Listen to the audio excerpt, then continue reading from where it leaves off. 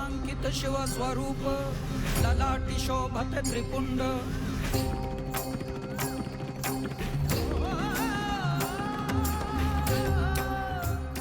म्हणजे आपण ज्यांना पाहिलं ते एकच होते बहुतेक। बघ कसं आहे, इथे पूजा मी करतो आणि दर्शन घडतं हिला। बर, वहिनींना काय सांगितलं त्यांनी? त्यांनी हिच्याकडे एक विभूती दिली आणि म्हणाले दिव्य पुत्र जन्माला येईल म्हणून। अरे ही तर आनंदाची बातमी आहे। अरे बाप होणार आहे तू। आता काहीतरी गोडधोड झालं पाहिजे घरात। खरं आहे। अरे हो हो।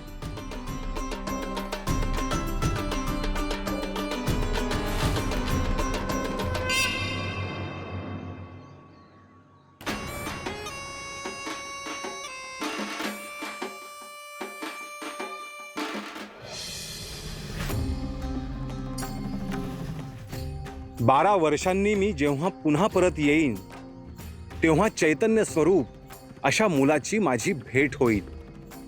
त्याला पाहण्यासाठी मी उत्सुक आहे। शिवभक्ताच्या घरात माझ्याकडून पहिल्यांदा विभूती दिली गेली, हाही उत्तम योगच आहे।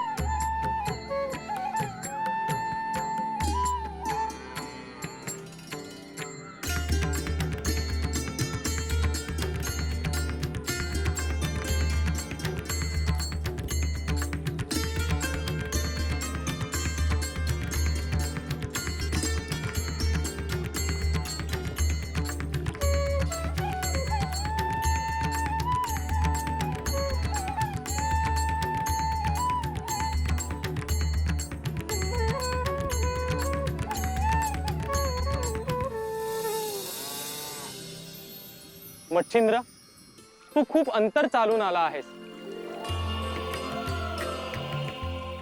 बैस।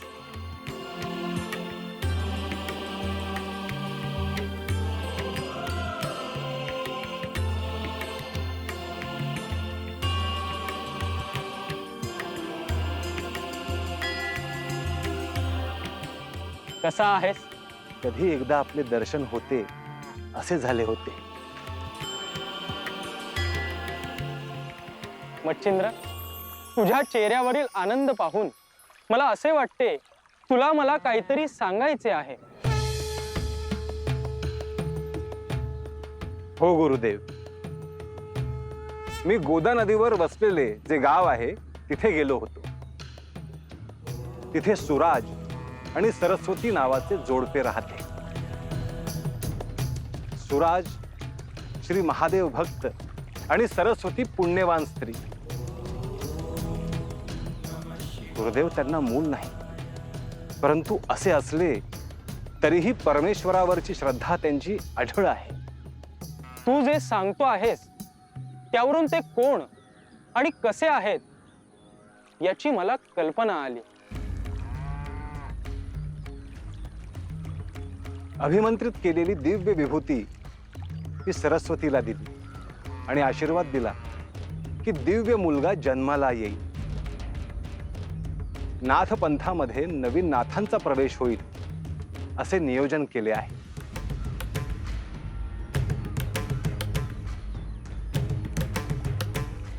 मच्छिंद्र, तुझा जन्म कसा झाला हे तुला ठाऊक आहे? होय, माझा जन्म त्या दिव्य माशाच्या पोटी झाला। तो मनुष्याच्या पोटी का नाही झाला?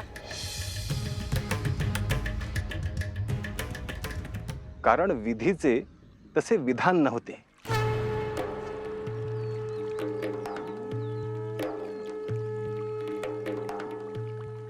मग यापुढील नाथांचा जन्म मनुष्याच्या पोटी कसा होईल?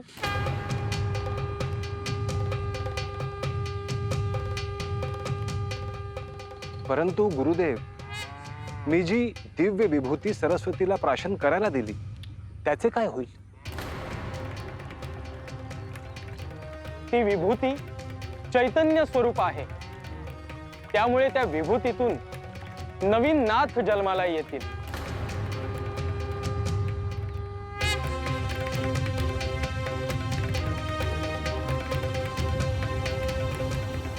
परंतु सरस्वतीच्या पोटी ते जन्म घेणार नाहीत.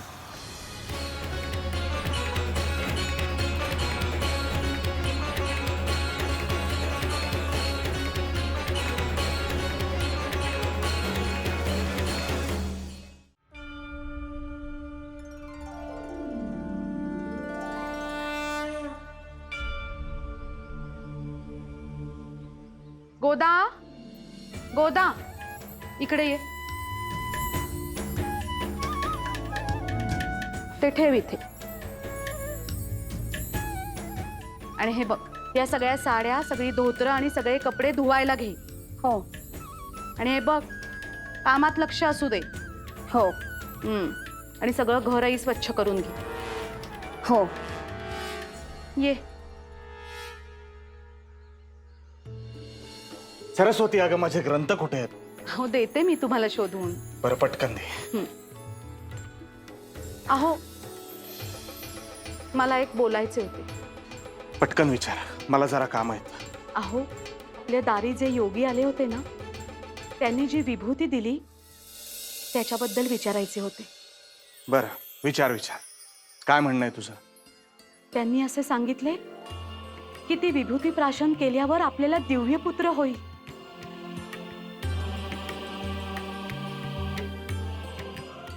सरस्वती, हे बघ, माझं मन सांगतंय की आपल्या दारात परमेश्वर येऊन गेला, पण आपल्यालाच ते ओळखता आलेलं नाहीये.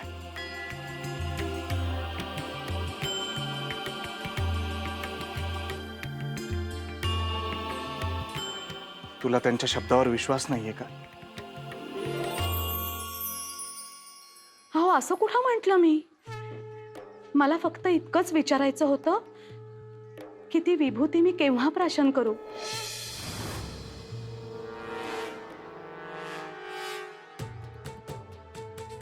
सरस्वती, अगं ती विभूती दिव्यच आहे. ती प्राशन करण्यासाठी तुला वेळ, तिथी पाहायची गरज नाही. आत्ता जरी ती विभूती तू प्राशन केलीस तरी चालेल. कळलं?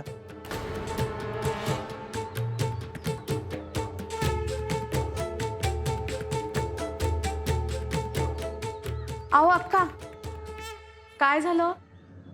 तुम्ही मला काही सांगितलं नाही. काल दारात योगी आले होते, ते काय म्हणाले? गोदा, तू तुझ्या कामाकडे लक्ष दे बघू. अहो तसं नाही, हे काय लपून राहणार आहे? कधीतरी समजेलच ना.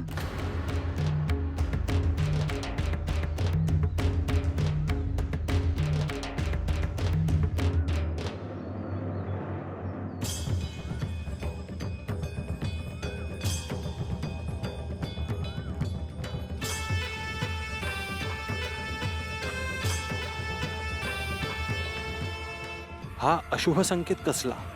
काय अघटित घडणार आहे?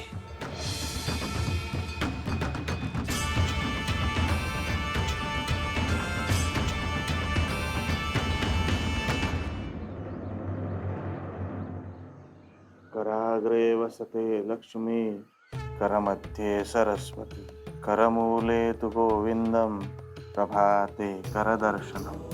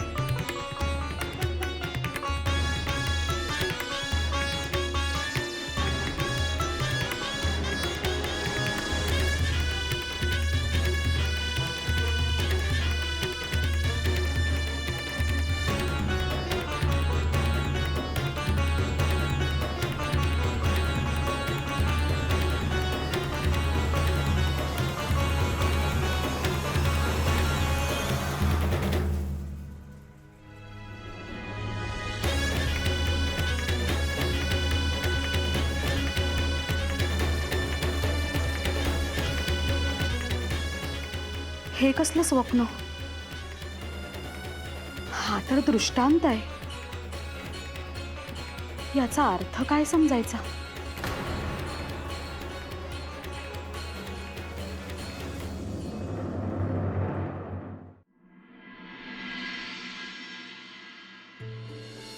मच्छिंद्र, आज ही गाय आणि वासरू यांची सेवा कर. जशी आज्ञा गुरुदेव.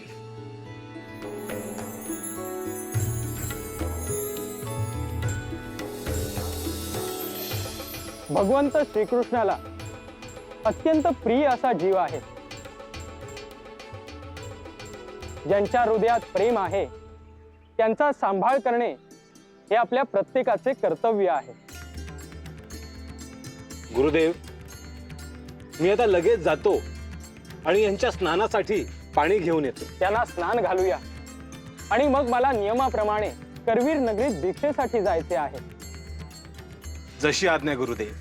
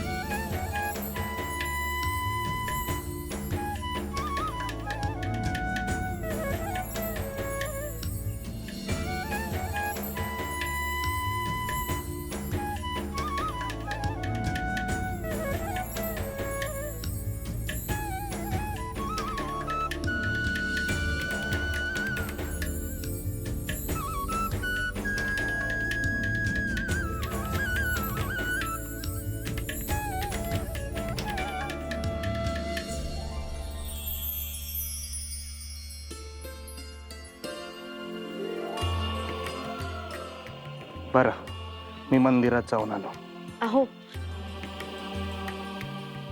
मला तुम्हाला एक सांगायचं होतं. मी मंदिरातनं परत आल्यावर सांगितलं तर नाही का चालणार? अहो, असं काय करता तुम्ही? तुम्ही गावातल्या सगळ्या देवळांमध्ये जाणार, सगळ्या देवांचं दर्शन घेणार, मग उशीर नाही का होणार? अगं लवकर येतो मी. हो, असं काय करताय तुम्ही? मी इतकं महत्वाचं सांगतेय तुम्हाला आणि तुम्ही. सरस्वती, अगं देवांसाठी संकल्प सोडलेला असतो, तेव्हा ते भक्ताची वाट पाहत असतात. त्यांना असं तिष्ठत ठेवणं योग्य नाही. अहो, पाषाणाची तर मूर्ती ती कशी तिष्ठत असेल? तुझ्यासाठी ती पाषाणाची मूर्ती असेल, परंतु माझ्यासाठी तो जिवंत देह आहे परमेश्वराचा. मला त्याचे डोळे दिसतात, मला त्याच्या पायांचा स्पर्श जाणवतो. अहो, आता तुम्ही आधी माझं ऐकणार आहात का? मला कधी एकदा तुम्हाला सांगते असं झालंय. सांग. अहो, मला ना पहाटे स्वप्न पडलं होतं. पहाटे सांगितलं नाहीस तू? तुम्ही ब्राह्म मुहूर्तावर उठणार, मग कधी सांगणार? बरं, पटकन सांग, मला उशीर होतोय. काय दिसलं स्वप्न? एक मोठं असं सरोवर होतं. त्या सरोवरात खूप कमळं होती.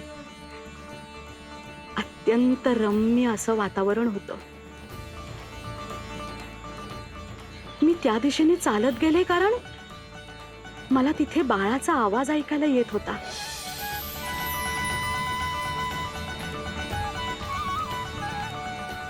मी पुढे गेल्यावर एका मोठ्या कमळाच्या पाकळ्यांमध्ये एक अत्यंत लोभस असं बाळ दिसलं मला.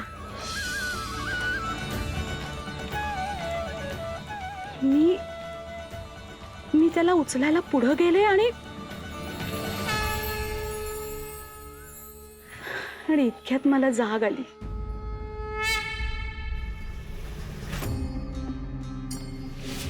अलख निरंजन अलख निरंजन अलख निरंजन हो.